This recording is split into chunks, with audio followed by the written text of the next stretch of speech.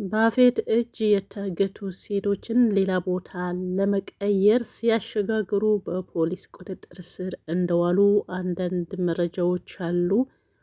ሰሞኑን ፍርሃት ያለው ሰውዬ አሁንም አላመነም። ያችኛው ልጅ እዛው ቦታ ምን እንዳደረጋት አይተናል። ከዛ በኋላ እነዛ ሴቶችም ሌላ ሰው ይመጣብኛል በሚል በጥርጣሬ ሌላ ቦታን ለመቀየር ያው ባለፈው ታስታውሳላችሁ የፍራታ ብላ ነበርና በአንድ ቦታ አይደለም የሚቀመጡት በየቀኑ ወይም ደግሞ በየሳምንቱ ሌላ ቦታ ነው የምንወሰደው ነበረ ብላ ነበረ።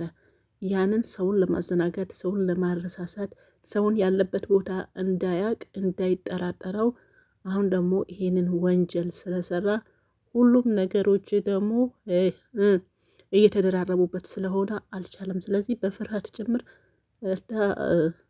ማን ነበረች ስሟ ሂዊ ራሱ መረጃ ምንም ማግኘት አልቻሉም እያለች ነበረና መረጃ ስታገኝም ከአንዱ ጨለማ ወደ ሌላኛው ጨለማ እና ሁሌም በየሰዓቱ ያው ቦታ ስለሚቀያየር ያው ከፍርሃቱም ጭምር ያው አንዳንዴ የመጨረሻው ጊዜ ሲደርስ የሆነ ወንጀል ሰርቶ አንዳንድ ሰው አግቡ ሰስቶ የሆነ ሊያጋልጠው ሲፈልግ ሁሉም ነገር ባንዴ እንትን ሊሆን ነው። አሁን ያፌት እንደዛ ነው የሆነው።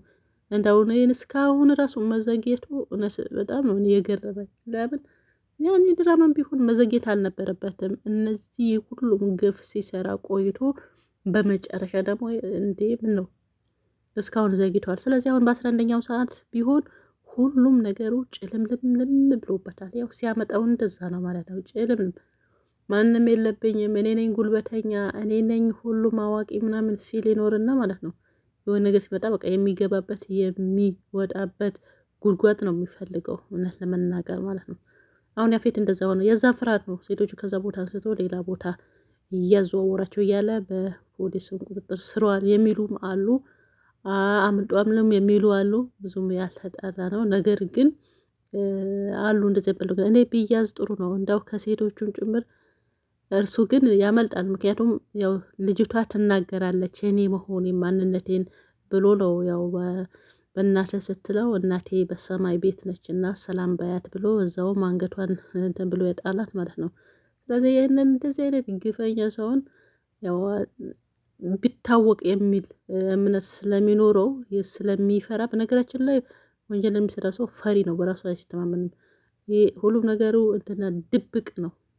ምክንያቱም ወንጀልም ስለሆነ ማለት ነው። አሁን ያፌት የሆነው እንደዛ ነው። ግን በ11ኛው ሰዓት እንደዛ ሆኖ ሁሉም ነገሩ ግራ ግብት ገደል ሊገባ ነው መሰለኝ። እንደው ግብት ቢልም የተሻለ ነው። ምንም ችግር የለም። ደስ ይላል ማለት ነው። እንደው ቀሩትም ሴቶች እዛ በሰላም ቢወጡ ሂዊም ጭምር ሌሎቹን አድናለሁ ብላ እዛ ውስጥ ገባች። እዛ ውስጥ ብትገባም ያው እስካሁን ምንም ነገራችን ላይ ያው አምናበት ወዳ ፈቅዳ ሌሎችን እንዳይጎዱ ብላ ነው ወደዛ የገባቸው የነበረው። ሌሎችን ለማዳን ነበረ። እንኳን ለማዳን ያው መረጃ ማግኘት አልቻለችም። አንዳንዴ ደፈር ብለን ባንገባ ጥሩ ነው ማለት። በነገራችን ላይ ያው ያፌት መሆኑን አውቃለች። የሌላውም ደግሞ ውጭም ያለውን ስለተናገረች ማለት በድብቅም ቢሆን ጓደኛዋ ተናግራለች ያፌት ስለሆነ። ስለዚህ የሆነ ነገር ብትሆን ራሱ ያው ስለሚታወቅ ማለት ነው። እሷ ያው ያለው ነገር በአይኔ ሰላይ መረጃ ምናምን ሰላይ ብላ ነው ይሄን ውስጥ የገባቸው እንጂ መግባትም አይጠበቅባትም ነበረ። አንዳንድ ደጋግ ሰዎች አሉ የራሳቸውን ህይወት የራሳቸውን ነፍስ ምንም ሳያሳሳቸው የሰውን ለማዳን በቃ ዝም ብሎ በቃ በሰማው ምጣድ ላይ የሚገቡ አሉ። እውነቴን ነው የምላችሁ።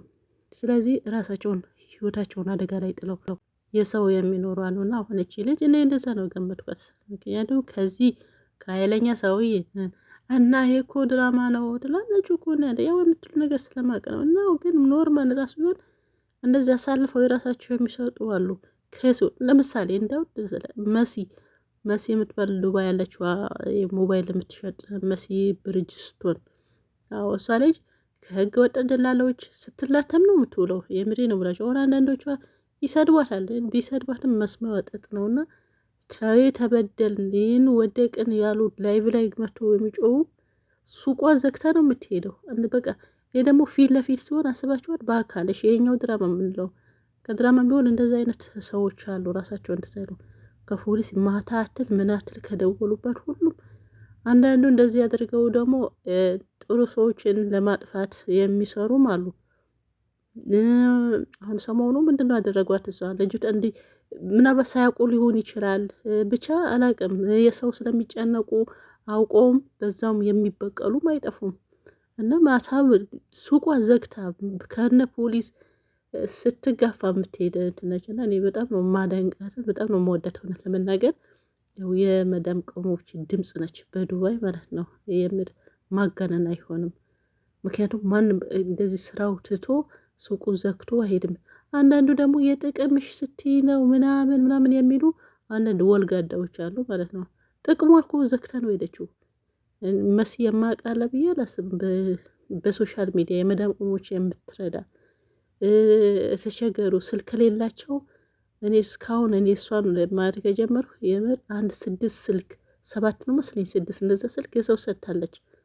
የተቸገሩ ሀቢባ ቤት ይመጣሉና ስልክ ከሌላቸው የተቆለፈባቸው ስራተው እንደዚህ እንትን የሚሉ ሰው እንገዛለን ምናምን ሲሉ ኢትዮጵያ ያሉ በቃ ብዙ ሰው ነው የምታደርገው ስልክ ራሱ ማለት ነው።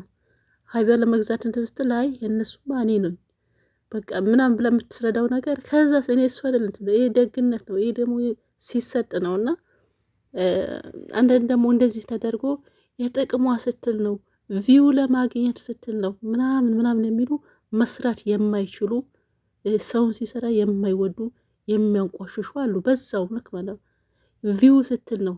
ምን ቪው ነው አለ እንዴ? በግድ እናንተ መጣችሁ ርጅን መሲ እርዳታሽ ያስፈልገናል ፊት ለፊት ስለምትጋፈጥ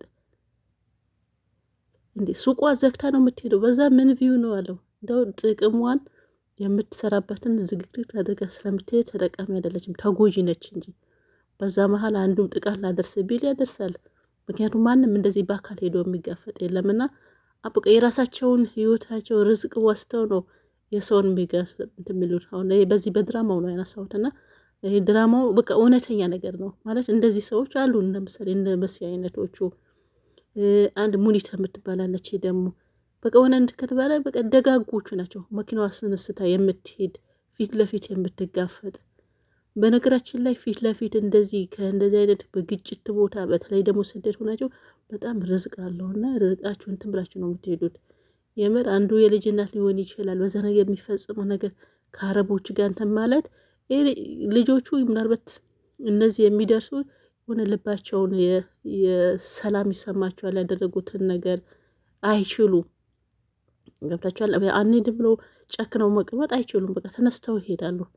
በዛው ልክ ደግሞ የሚያጠቃቸው ካለ ፊት ለፊትም የሚያጠቃቸው አይጠፋም። እና ይህን ህይወታቸው አሳልፈው በቃ የሌሎቹ መስጠት ማለት ነው፣ የሌሎቹ መኖር ነው። እኔ እንትን ብለው ምክንያቱም በእንደዚህ አይነት ነገር ተጋፍተው አሁን በህዊን ያነሳሁት ነው። በዚህ ድራማ ራሷ ጥሩ በቃ ፖሊስ ነች አውቃለሁ፣ የህግ አካል ነች። ግን ቢሆንም መስራት አለባትም። በውጭ መስራት ትችላለች።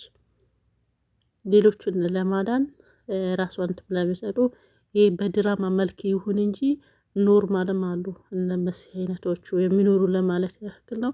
በተለይ ዱባይ ያላችሁ እንደው በጣም ማሻላይ ጎበዝ ናቸው። የተበደለ ትደርሳላችሁ። ብዙ ስራ ያጡ አሉ። በግሩፕ ናችሁ ስራ የምትፈጥሩ የተቸገረ የምትረዱ የመሬት ዱባይ የሚያክል የለም። ችግሩም እዛው ነው ያለ። ብዙ ሚዲያ የሚወጣው የተጨቆነውም ብርም የሚበላው እንትንም የሚለው ስቃይ መከራም ምናልባት ሁሉም ቦታ ሊሆን ይችላል። ሞር ደግሞ የወጣው የዱባይ ነው ማለት ነው። በቃ ዝም ብላችሁ ስትሰሙት አንዳንድ ደግሞ በራስም ሰው አረቦች በደሉ ይላሉ። አረቦች በድሉ አይገርምም። የኛዎቹ ይበድሉ የለም እንዴ? በጣም ነው የሚበድሉት እንዴ። ዛሬ አንድ ሚዲያ ወጣች ልጃችሁ አላያችሁም?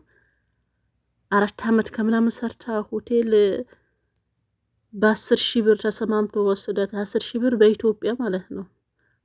ለዛውም በወር 10,000 ማለት የዱባይ ወደ 300 ድርሃም ነው። ለዛውም ሼፍ ምግብ ልትሰራ የሆቴል ከዛ ደግሞ 4 ወር ምናምን ብር ይዞ ሳይሰጧት 10,000 በኢትዮጵያ እየከፈሏት የ4 ዓመት ለዛውም ደግሞ ሼፍ ምግብ ቤት።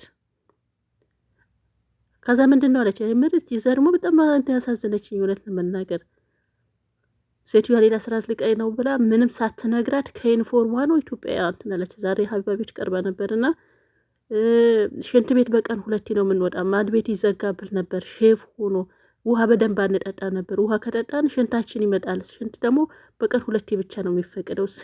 ይሄ ሀበሾች የሚያደርጉት ተንኮል። አረቦች በደሉ የሚባል አይገርሙም። የኛዎቹ እንደዚህ ጉዶች አሉ አይደል እንዴ? ኧረ ቢስሚላ። ሰላማችሁ ይብዛ። ላይክ እያደረጋችሁት። ባይ ባይ።